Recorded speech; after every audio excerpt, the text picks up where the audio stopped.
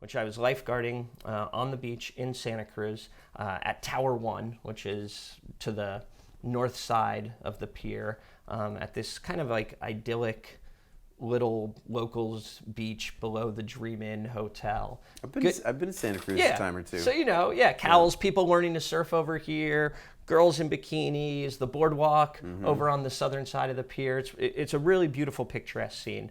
Middle of summer, or early part of summer, and I see the lifeguard vehicle driving Code 3 on the beach. And Code 3 is lights and sirens. And same thing in the ER, yeah. Oh, is it? Okay. Yeah, for ambulances when they go through the streets. Right. Yeah. And on the beach, it's like not even part of protocol to do that, because you can imagine there's like little kids running around and stuff. So that's like, so I like already like my spidey sense like went off, and I said, oh, something's up. The vehicle like pulls up to my lifeguard tower where I'm working, and they said, a car just drove off the wharf. Go. Ladies and gentlemen, this is Life Can Change in a Moment.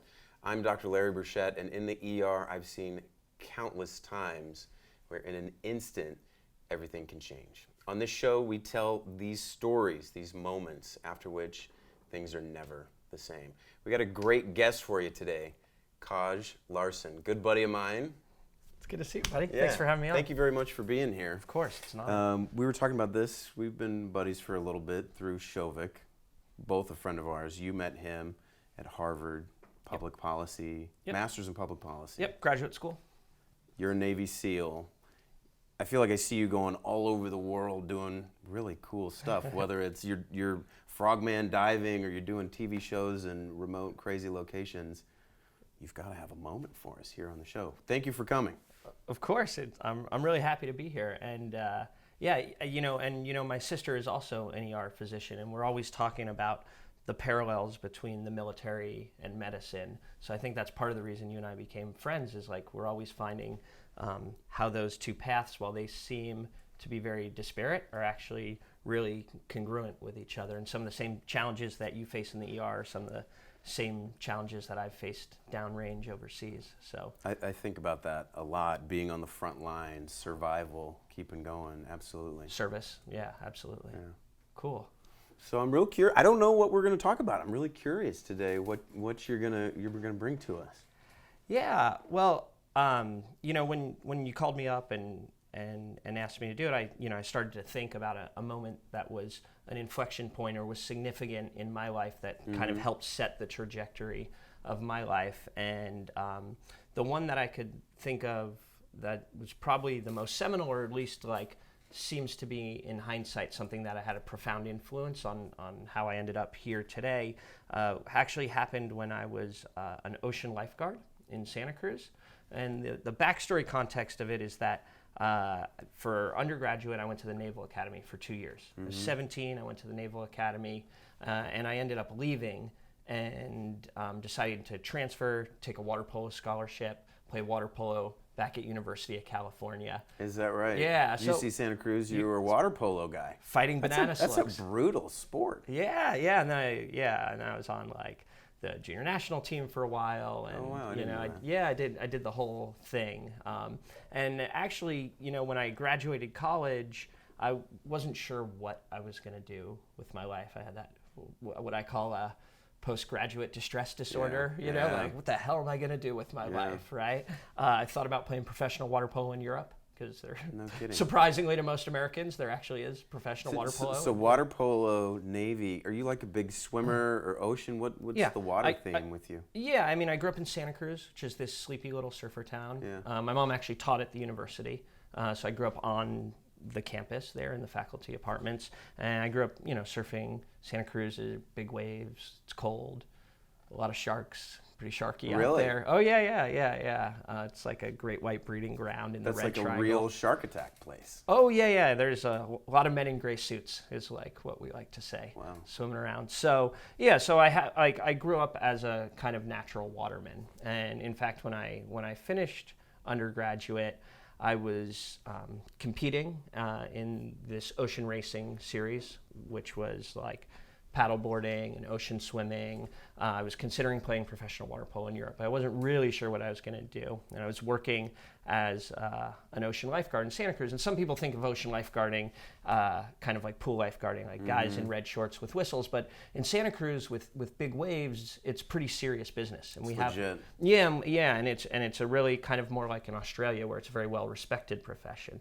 And there was this day, this moment on the beach that I really think kind of changed the course of my direction when I was kind of not sure what I was going to do. And you're post-college, 22 or something. Yeah, I'm 21 or 22. And what had happened is I had done 2 years at the Naval Academy, and I didn't like the Naval Academy, but I also felt like I hadn't come full circle with my naval service. Why didn't you like the Naval Academy?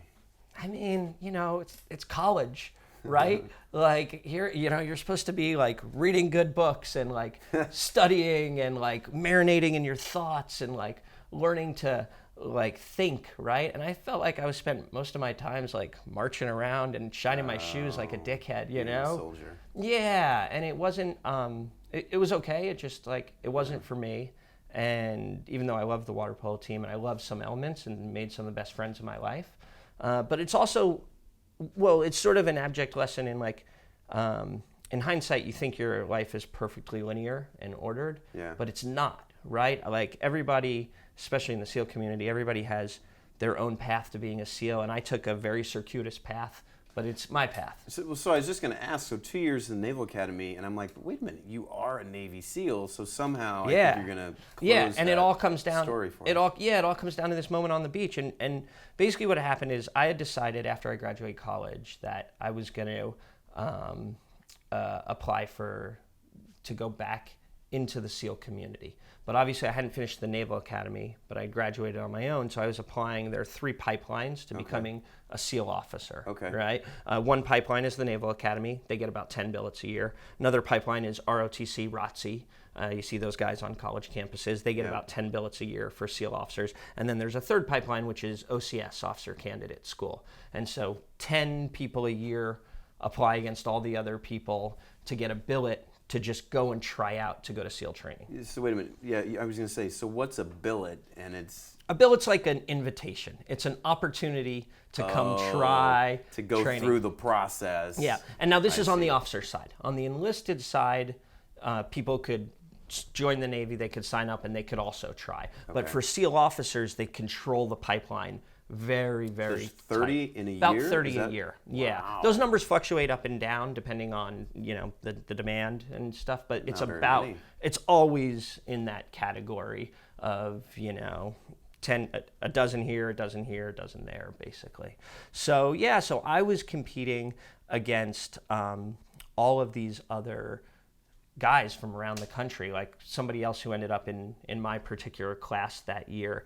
He had a PhD and was a Rhodes Scholar from Oxford. Another guy spoke 4 languages, including Arabic. But maybe I'm thinking of it wrong. I'm thinking it's like not boot camp, but it's mainly a physical, mentally challenging thing. These are like academically accomplished guys. So again, there's a slight distinction there just in the officer enlisted, just in the application process, right? So imagine you're the Baron, what we call the community manager, the lord of the SEAL community, and you're getting 1,000 applications a year, 500 applications a year, right, to pick SEAL officers, right? There's a physical test, which you have to like max out and do extremely well on. That's sort of the given, right? But then the point of differentiation is like any of these other, intangibles that might be qualities that would lead you to being a good SEAL officer. So, here I was a kid who like dropped out of the Naval Academy, graduated from UC Santa Cruz. Like, I was a good water polo player. This guy looks great. Bring him in, give him a billet. Yeah, and in fact, if anything, what happened is that I had applied and they had passed on me because they looked at my application and they said like, well, this guy already had a chance. He could have gone through Naval Academy and competed for a billet there. Like, let's look at someone else. But an interesting thing happened. No kidding. Yeah. So, like, my application was just kind of sitting there in the pass pile. But prior to submitting my application, this interesting thing happened, this life-changing moment for me, which I was lifeguarding on the beach in Santa Cruz at Tower 1, which is to the north side of the pier, at this kind of like idyllic little locals beach below the Dream Inn Hotel. I've been to Santa Cruz a time or two. So, cowls, people learning to surf over here, girls in bikinis, the boardwalk over on the southern side of the pier. It's a really beautiful, picturesque scene. Middle of summer, or early part of summer, and I see the lifeguard vehicle driving Code 3 on the beach. And Code 3 is lights and sirens. And same thing in the ER, yeah. Oh, is it? Okay. Yeah, for ambulances when they go through the streets. Right. Yeah. And on the beach, it's like not even part of protocol to do that, because you can imagine there's like little kids running around and stuff. So that's like, so I like already like my spidey sense like went off, and I said, oh, something's up. The vehicle like pulls up to my lifeguard tower where I'm working, and they said, a car just drove off the wharf, go. So if you can picture it in Santa Cruz, there's this long pier that extends a mile out into the ocean.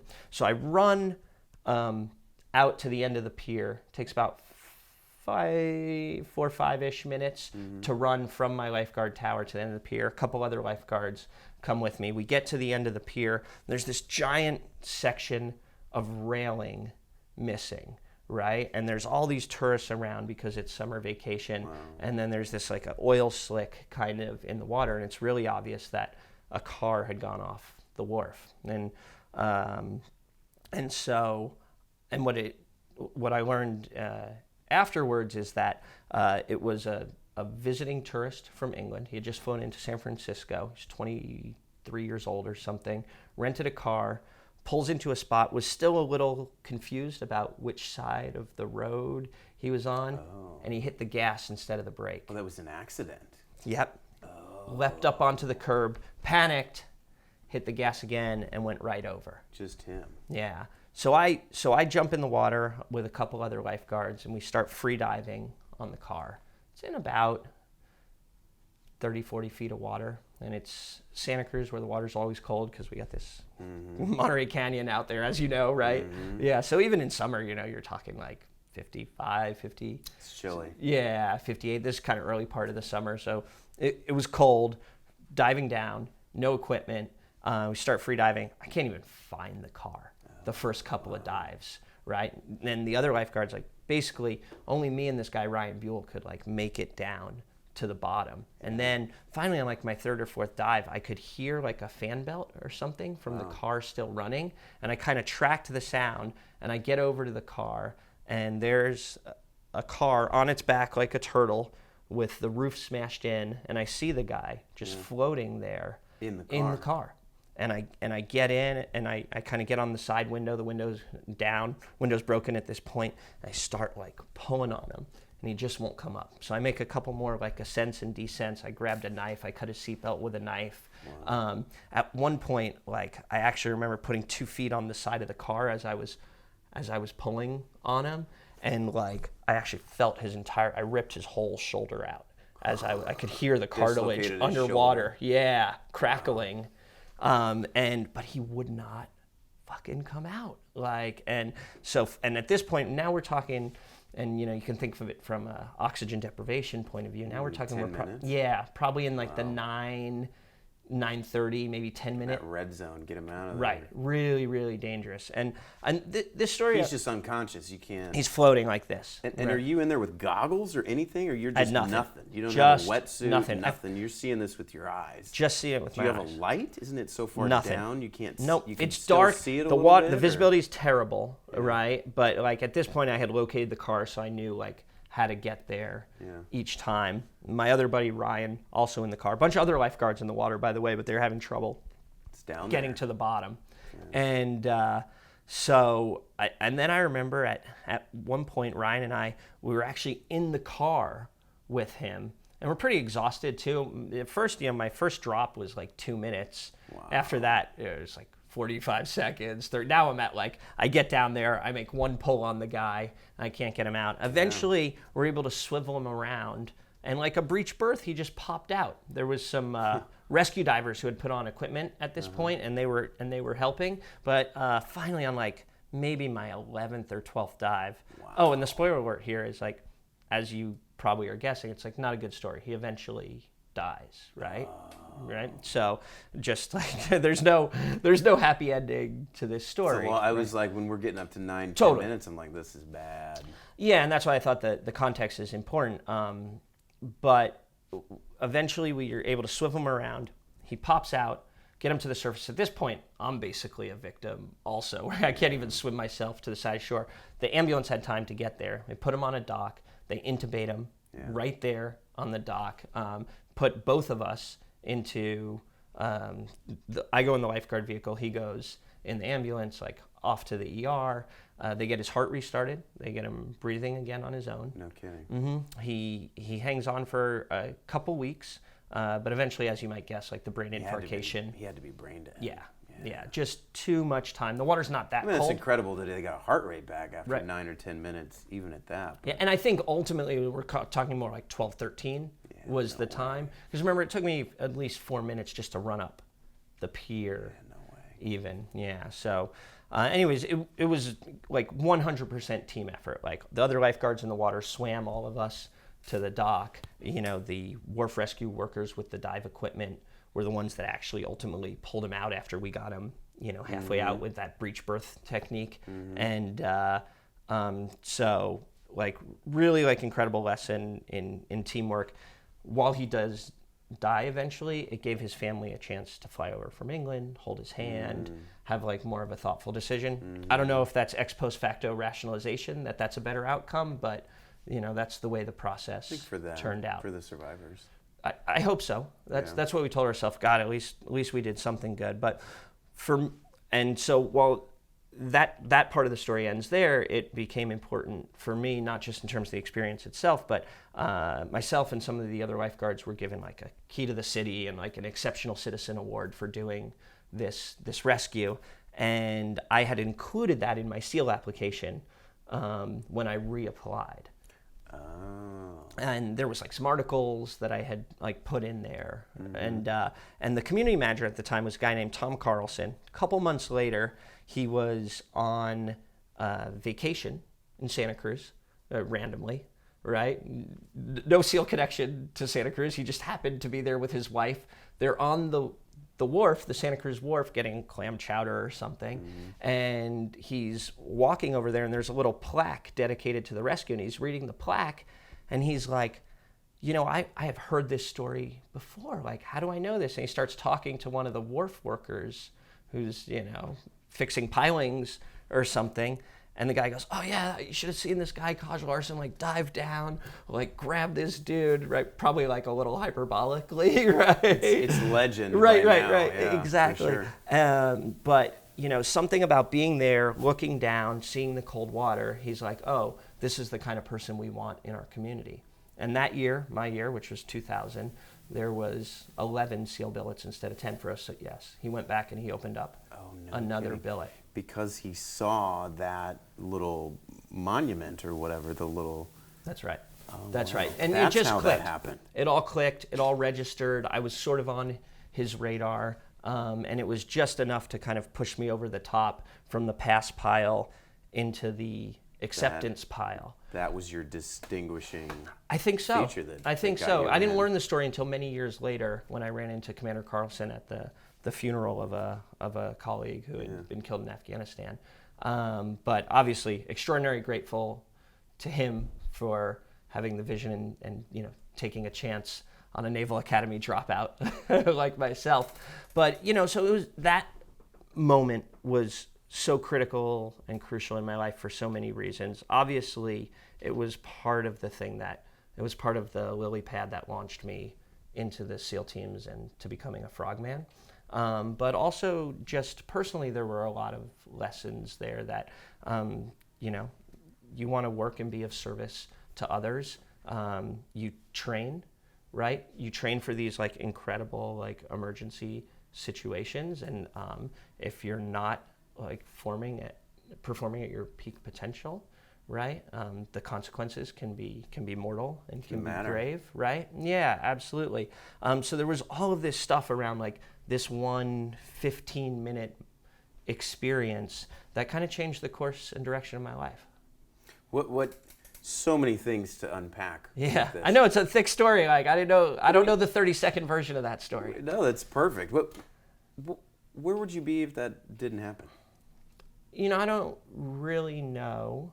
Part of the thing when you go through SEAL training, which is generally considered the hardest military training in the world, it has. Is that the? Yeah, sure. Well, I mean, I'll just give you like some Let's empirical. talk about that for a second. Well, I'll give you some empirical data. My class started with 246 guys, and we graduated 26 originals, and that's pretty typical. Wow. Yeah. So, yeah, I think that one of the things when you're going through SEAL training is it helps not to have backup options. Yeah. Right. It's always burn the boats. What did you say? Burn the boats. Yeah. It's the Rubicon. It's crossing the Rubicon, right? Like, so there was never a moment, when you're at your hardest moment in the middle of Hell Week, when you're cold and tired and wet and sandy, there was never a moment where I said, like, okay, you know what? I think I'd rather, go get a PhD, or, I think I'd rather go back and live off a trust fund. Right? I didn't have other options. Like I committed to this task and that's it. I was going to find a way or make one basically. And I did notice that sometimes it's always like the second or third night of Hell Week that people realize that oh, getting a college degree is really important to me, or stuff like that. When you're squeezed in that right. pressure moment. Tell me a couple things about this Hell Week that are some of the harder challenges. Hell Week's generally considered the hardest week of the hardest military training in the world. Basically, you don't sleep for 5 nights. You get maybe 2 to 3 hours of sleep over the course of 5 nights, all physical evolutions. So that first night of Hell Week, we probably ran 30 or 40 miles, lots of it with boats and logs and things like that. You're cold, you're wet, you're sandy. And it's the closest thing that we can get in the SEAL community to simulating the fatigue, the fear, and the kind of pace of combat itself. Mm-hmm. And the reason that BUDS is so hard, the reason that Hell Week is so hard, is it's not a process that's meant to be malicious, although it's extremely grueling and difficult. It's not meant to torture you for the sake of torturing you. What it's really designed to do is weed out people who are going to quit under pressure and under stress, because when you're downrange and when you're in combat, you need to know that the guy to the left of you and the guy to the right of you is not of the kind of constitution who's going to quit. Yeah, that's the whole purpose. Makes sense. Yeah. I've never done military training of any kind, but I think there's some of us, when we hear you talking about it, it's like, could I do that? Yeah. I wonder if I'd quit. I wonder if I'd make that. Sure. I mean, but aren't some of the rigors of residency designed to simulate that same kind of how you handle under pressure? Sounds familiar. There's a whole conversation about physician burnout and how a lot of it is from a very competitive mindset that started long ago and is incredibly unhealthy. We're changing this. I think your thing is still very appropriate for what you're doing. This is the kind of person you want in that, I mean, we are not immune to this conversation as a community either. We also have to train smarter, not harder. And I think in both medicine and the military, there's this kind of old school Paleolithic Neanderthal approach, which is just I sleep 2 hours a night, and that's not necessarily performance optimization. Yeah, that's a lot of the justification for these residency hours and stuff like that. We can get all into that. I don't want to get too much into it, but something is lost when it gets really soft. We don't want medical errors. That's good. People shouldn't be miserable and depressed and all that stuff. But there is still something to getting through something hard and accomplishing something, and the reality of the world in the U.S. is there aren't enough doctors, and people have to pull crazy shifts, or there's no doctor there. So some of it still is on-job training. You did worse in residency. You can handle this. Yeah. And similarly, we need a way to put people through a crucible of fire that proves that they're going to be able to handle something that we can get really close to simulating, but can never actually simulate, which is the reality of combat, right? You know what's funny? What's coming to my mind is Shovik's bachelor party. When we were at the CrossFit, you're a CrossFit guy. You own a CrossFit gym. You've been kind of in that since the beginning, which I think is started in Santa Cruz, my hometown. Which is a really cool thing. Yeah. And I remember, you know, there was a group of whatever it was, 15 guys, and we do this. What was that thing we were doing at the end? Oh, were we doing like cleans? I think we were doing cleans. Squat press things. Oh yeah, cleans. I don't know what thrusters. You call it. Thruster. Yeah. Thruster. So we do the thruster. If I was alone on a desert island with one exercise, it would be the thruster. It's a great lift, and you guys are teaching me this thing. And I remember we did it, and we kind of were stacking on more weight, and at the end it was you, and it was me. Yeah. Everybody else couldn't have pushed up that much, and I was like, why did we stop? I was ready to keep going. Let's keep doing this. Yeah. There's kind of a similar, you mentioned it in the beginning, but there is a similar competitive, bizarrely in medicine, bizarrely survival instinct in the training. Yeah, and I think that's like why we became friends in the first place, right? Like, you kind of like smell our own. We're like, oh, that's my kind of dude over there. Yeah, I kind of want to beat him up and see if he can beat me up. You know. So I want to go back to your moment and kind of how big of an inspiration was this? Did you go through? You saved the guy. You still saved him. You know, like he died in the end, but it was still a heroic. Great save, you know, like how did that moment, that whole experience, how did that affect you besides the obvious practical getting in? Yeah, I think there's a bunch of different levels on which there were lessons learned from me. One, the very pragmatic, that it actually helped, right? It actually helped, you know, this thing in my career that I wanted to do. The second part, that there was also like a spiritual and emotional level, like, you know, at this point in my life, unfortunately, like I've carried too many caskets, right? Because we've been at war for a decade and a half. But at that point, I hadn't confronted the realities of death. This right? is one of your first deaths. Yeah, I'd never really touched a dead body. I mean, he was effectively dead when I pulled him out of that car.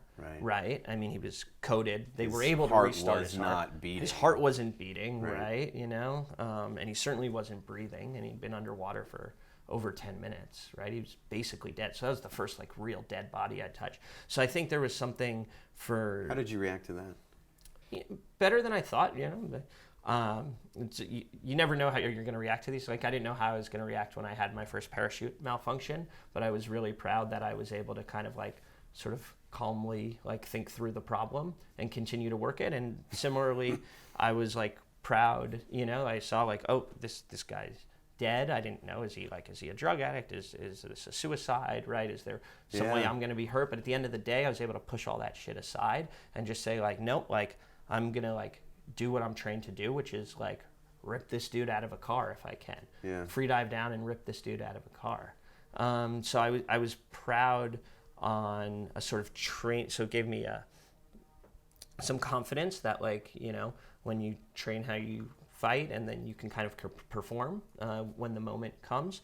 But I also think, you know, what's so interesting about and then on a, you know, like I said, on a spiritual, emotional level, like how you deal with death. Like, look, this is obviously a emotional moment, but you know, you move on and like you do what you can and you do your job. So I think it was my first smattering. I'm not sure I processed all this in those moments, but in hindsight, I've started to order it that way. And then, you know, I was just thinking about even the title of your show itself, and the premise of your show is, you know, to recognize these life-changing moments. Sometimes these things happen, and part of the key to success and survival in life is actually sometimes you miss the moments. You don't realize that you're in these life-changing inflection moments. So there are times when being contemplative is really important, right? When you want to be patient and think. And there's other times where action is required. And this was one of those times that you just had to press the go button. And like it was a moment for action. And I also didn't know that this was going to be life-changing at the time. But look, how often does a car drive off a wharf? You also have to be able to recognize like these key critical moments in life that have the potential to change your whole future. And quite often at those moments, action or a decision is required. So I think while I may not have gotten all that as a 21-year-old kid, you know, jumping into the Pacific in Santa Cruz, I think because of the way it affected my life, that became baked into my life philosophy, to try and do your best to recognize these critical moments and when action is required. God, there is that parallel between military and medicine. One of my buddies who's a cardiologist, you know, put in a bunch of stents, did a bunch of procedures. I'll never forget when he told me this. One of his mentors said, performance matters. You know, we just assume, oh, you go into the hospital, the surgeon does their job, as if it doesn't matter their skill or how they're doing on that day, or if they're ready and they do it, or if they have the training and they jump in the water and you get, you know, you have the wherewithal to get or whatever, you know. But like, there's a little bit of fatalism out there where it's like, whatever's going to happen is going to happen. I remember an OB doctor telling me, he's like, no, your job is to intervene. Like, it's going like this. Like, you are the one. God is putting you here to do what we can do to change that outcome, you know? And so there's just kind of this interventional attitude. And the other thing I think about a lot, too, is that it comes to mind when you're talking is preparedness, training. You know, like, we go through, in medicine, you go through 4 years of med school and all this residency, whatever. And I sit there in the ER, and a lot of times I just see colds and sniffles and nothing. But it's that preparedness, that like waiting for this guy to come in and be able to get the tube in, and be able to do the right things to restart his heart and whatever, and give him the best chance. Oh, it matters. And I think the inspiring thing about that for anybody is, for most people, maybe not everybody can be a deep diver like you do, but certainly finding your thing and training and getting that level of preparedness so that you can act and make a difference like that, you know? Yeah, and I do think all of that, and then, you know, I don't want to abuse the metaphor or abuse the analogy, but one other thing that I think has become reinforced over time for me is that I do best and I perform best when I have a mission that's in service of others, right? So whether that's serving in the military or whether that was serving as an ocean lifeguard, whose job very broadly is to protect people in the water, I think that was the beginning of that, the real beginning of that lesson in life for me, is that I do best when I'm of service to others, when I can respond to emergencies, when I can use these skills that I have developed over a long career and bring them to bear to help other people. Because that matters, that's grounded in service to others. I think so. Yeah. I think so. I think it's easier to get out of bed every day and like hit the pool or do breath hold work or go to the CrossFit gym, you know, or get up and do your job. You know, my current job is in media, going to dangerous places. It's easier to like pack and get ready for a long 12-hour plane ride to Africa if you're doing it for a higher purpose or mission other than self. So there's incredible ROI, return on investment to self for doing these acts, right? Yeah. I don't want to act like by any means that being a SEAL or even being a Baywatch beach lifeguard in Santa Cruz is a selfless act. It's not. You get paid. There's all kinds of other like dividends, right? But the higher purpose is to help others. And so I think a lot of that began on that day on the wharf for me. Now, are you still an active SEAL? You're an officer. Are you doing dives for military and operations? Yeah. So I left active duty in 2005. I was an active duty SEAL, mostly at SEAL Team 1, and then attached to a few other commands from 2000 to 2005. I was in SEAL training on 9/11, probably another seminal moment in my life that I could have talked about. And because the SEAL teams and the country changed fundamentally that day. Crazy. It was crazy. It was really crazy. 2-year break in service to go to graduate school with Shovik. Harvard, right? And that's when policy. Yep, and that's when I studied policy with our mutual friend Shovik. and then after I finished graduate school, so that was my break in service, then I went back into the reserve component of Naval Special Warfare. So most people aren't actually aware, because it's a very, very micro small community, that there's actually a SEAL Reserve community. And so I've served in that for the last almost 10 years. Yeah. So you're a SEAL Reserve, and as an officer, that doesn't mean that you're in an office, pushing pencils or coordinating things. Like, you're actually, how often do you get called in, and what are you doing? Yeah, so we support the active duty Naval Special Warfare component. So I've done all kinds of things. I was a plank owner, which is a Navy term for kind of being a founder, meaning I stood up the reserve component of the SEAL Reserve component of SOC Africa. So the risk of being too acronym heavy, but you're a doctor. I don't know what that means. Yeah. Right. SOC Africa, Special Operations Command Africa. All of the special operations that happen on the African continent are based out of Stuttgart, Germany. That's where AFRICOM, the big headquarters that runs Africa Command. So you're kind of involved in the strategic side of that. Yeah, so I was attached to Special Operations Command Africa, and I stood up the SEAL Reserve component of that. What does stood up mean? No, like I was one of the first officers who opened it up when they decided that there needs to be a reserve component that supported it. Yeah, exactly. So I was on the first team that was dedicated to that unit, so I deployed a lot. That's been my most recent deployments, is to the African continent to support operations that are ongoing in Africa. So yeah, what that means on a practical level is that I have to balance my civilian career and my military you're still doing career. Military stuff. So occasionally I'll go back and get to serve, and I love it. It's like a good way for me to still be a part of the community. But to still have my civilian side job, which is also important. And then there's like kind of a third leg of the triangle, which is the philanthropic side, where a lot of my activities that are charitable related are devoted to supporting the SEAL Foundation and family members of SEALs who have been killed in combat. Lots of friends of mine and stuff like that. So yeah, that's kind of how I apportion the pie and juggle the time. An interesting guy, weaving all of these things together. Yeah, well, it seems like fun.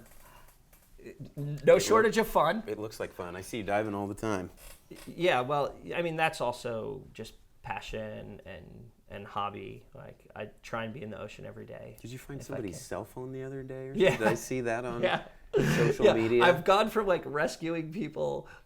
It's a real emergency today. To like I was out on my friend's boat the other day, and these kind of like drunken boaters dropped their cell phone, and the guy was like flipping out about it, and he's like, are you a diver? Could you go get it for me? And I was like, we're in 80 feet of water, like, I guess, like, no promises it's gonna work, How the hell did you find that?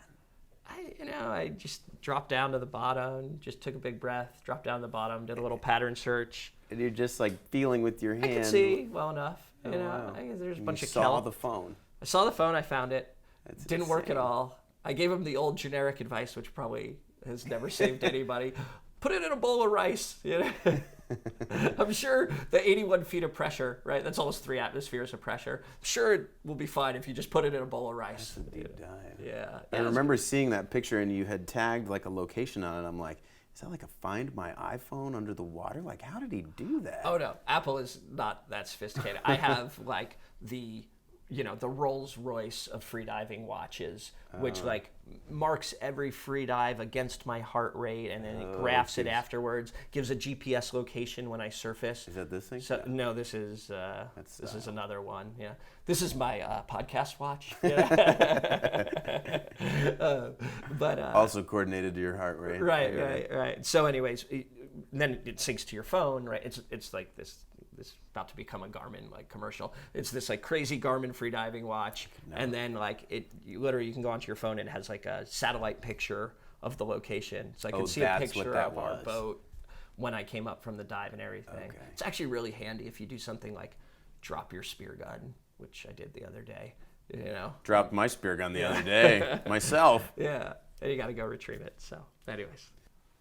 So we have our guests do the goodbye. Oh. Some girls stumbled their way through it. It became a thing. Oh, okay. I So like we it. Just kind of wrap up. No, well, like one, thanks for having me. It's always This is good great. to hang out. Yeah, this was great. Just and get time to see you, and I always enjoy our conversations because I always think we find these super like interesting ways that our careers are related to each other, Yeah. and it's fun to learn from you, and I hope you feel the same. So I guess Absolutely. I'll like. Today was a good day. Didn't even have to use my AK, but I'll go out with what we always say in the SEAL teams is the only easy day was yesterday.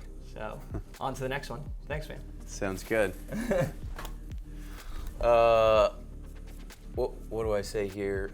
Rate, review, and subscribe. Thanks for watching Life Can Change in a Moment. We'll see you next time.